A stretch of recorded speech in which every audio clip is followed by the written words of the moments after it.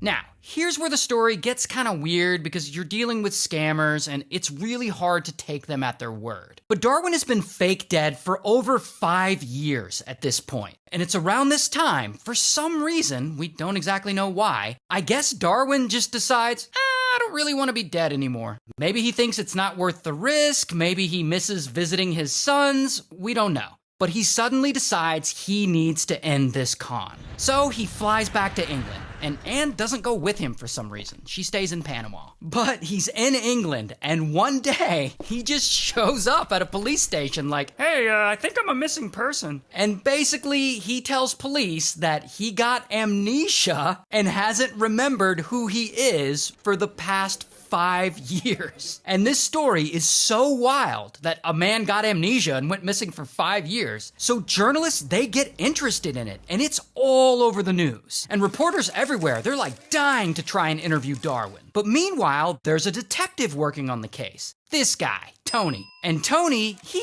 really doesn't believe this story that a guy had amnesia for 5 years. So he starts asking the public if anyone at any point ever knew Darwin by a different name. And pretty quickly, bam, Tony gets a crazy tip. A tabloid journalist had found the photo of Darwin and Anne that the real estate agent had taken and posted on his website back in Panama. And most importantly, the timestamp on that photo gives away that it was taken during the time period when Darwin claimed he had amnesia. And so, kapow! Police arrest Darwin. Here's his mugshot. And when Anne travels back to the UK to reunite with her husband, kapow! They arrest her too. Here's her mugshot. And they both confess to everything, and Darwin is sentenced to 6 years, 3 months in prison, while Anne, she gets 6.5 years in prison. Why do people always fake their death for insurance money? It's wild.